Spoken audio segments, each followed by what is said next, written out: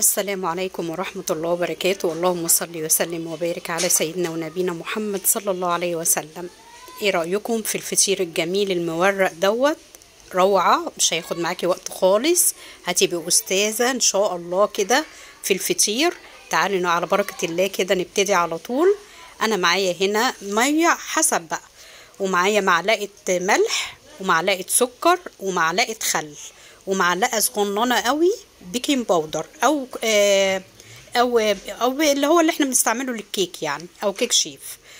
عندي هنا كيلو دقيق. الكيلو دقيق ده ان شاء الله هعمل منه 3 فطيرات. ال3 فطيرات كده هيبقوا زي ما انتوا شفتوا في اول الفيديو، مورقين كده وجمال جدا قوي. زي ما بقولك ان شاء الله باذن واحد احد انا هخليكي استاذة في الفطير، ومش هياخد معاكي وقت خالص. انا عجنته عجنة حلوة. بصراحة كنت بفصل الكاميرا شوية علشان يعني اعجنه عجن كويس. اهم حاجة في الفطير العجن الكويس، وان تسيبيه براحته بقى قوي قوي. هو مش بيخمر بس هو بيرتاح، ولكل ما تريحيه هيديكي نتيجة ممتازة، نتيجة حلوة جدا. شايفين العجينة ناعمة ازاي؟ هجيبها برضو كده وهاخد منها بقى.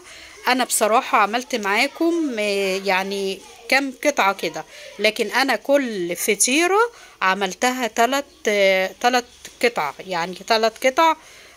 يعني اقل من اللي انا عاملاهم دول. انا عملتهم عشان بسرع بس معاكي، عملتهم بسرعة كده. بس انا كل قطعة عملتها 2 علشان كل فطيرة هعملها 3 قطع ان شاء الله باذن الله. فطير ممتاز حلو جدا، هتدعيلي ويعني هتقولوا ان انا يعني اتعلمت منك الفطير باذن الله لما تعمليه. اما تعمليه وجربيه قوليلي كده في التعليقات ايه رايك فيه. ولو عجبك ان شاء الله وعملتيه زي ما انا بقايلالك كده، بصي بالطريقه دي، بطريقه ممتازه حلوه جدا.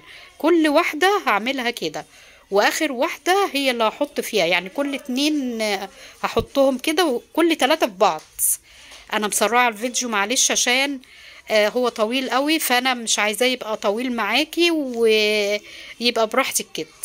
شايفين انا عملت بالطريقه دي، كل واحده بعملها كده كده هتديكي توريقه جميله جدا، ومش ما يهمكيش ان هي تتقطع منك وانت بتفرديها ولا اي حاجه.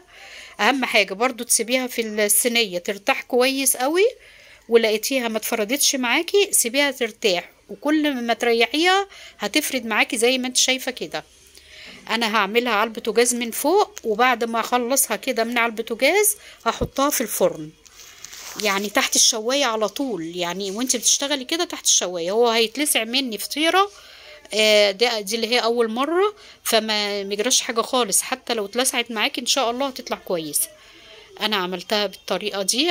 انا والله بسرع لكم عشان الفيديو ما يبقاش طويل والله، لكن انا ممكن انزل لكم الفيديو يعني بس هيبقى كتير، هيبقى حاجه و20 دقيقه، فانا مش عايزه اطول عليكم. بص كل ما بطلع فطيره برشرشها ميه كده وغطيها. اهم حاجه انك انت اول ما تطلعي الفطير رشرشيه زبده او ميه وغطيه، اهم حاجه انك تغطيه.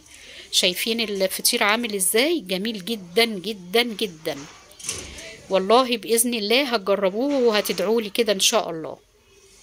بصوا بعملها كده، واهم حاجه النار لا تكون عاليه ولا تكون واطيه.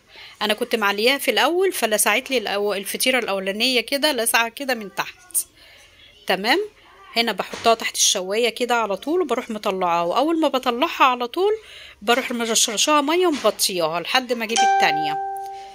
نفس الحكايه يعني كل واحده بالطريقه دي. خلاص كده وخلصت الفطير، وشايفين والله العظيم جميل جدا، مش مجرد ان انا عشان بسرع وبس، لا شايفين مورق ازاي وحلو قوي.